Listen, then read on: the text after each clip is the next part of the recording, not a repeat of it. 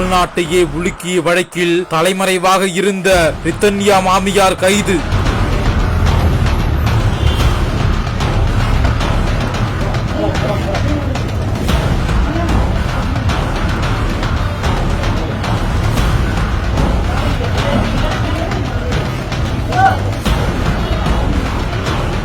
திருப்பூர் மாவட்டம் அவிநாசி கைகாட்டி புதூர் பகுதியைச் சேர்ந்த ரித்தன்யா என்ற பெண் கணவர் வீட்டார் வரதட்சணை கொடுமை காரணமாக தனது தந்தைக்கு ஆடியோ பதிவுகளை அனுப்பிவிட்டு கோவில் செல்லும் வழியில் காரில் விபரீத முடிவு எடுத்தார். இந்த சம்பவத்தில் உடனடியாக வழக்கு பதிவு செய்த சேவூர் போலீசார் கணவர் கவின்குமார், மாமனார் ஈஸ்வரமூர்த்தி என இருவரை கைது செய்தனர். மாமையார் சித்ராதேவி உடல்நிலை காரணமாக அவர் பைண்டிங் ஆர்டர் முறையில் விடுவிக்கப்பட்டு வீட்டில் இருக்க அனுமதிக்கப்பட்டார். இதற்கு எதிர்ப்பு தெரிவித்த ரித்தன்யாவின் பெற்றோர் உடல்நிலை காரணம் காட்டி தவறு செய்தவர்கள் தப்பிக்கலாமா என மாவட்ட காவல் கண்காணிப்பாளர் அலுவலகத்தில் புகார் மனு அளித்தனர். இதனைத் தொடர்ந்து சேவூர் போலீசார் மாமியார் சித்ராதேவியை கைது செய்து சிறையில் அடைத்தனர். இதனிடையே கைது செய்யப்பட்ட சித்ராதேவியை மருத்துவ பரிசோதனைக்கு போலீசார் அழைத்துச் செல்லும் போது காவல் நிலையத்திலிருந்து வெளியே வந்த அவரது உறவினர்கள் சித்ராதேவியை புகைப்படம் எடுக்காத வண்ணமும் அவருக்கு பாதுகாப்பு கொடுக்கும் வகையிலும் பந்தோபஸ்து பணியில் ஈடுபட்டனர். இந்த வீடியோ காட்சியானது தற்போது வெளியாகி உள்ளது.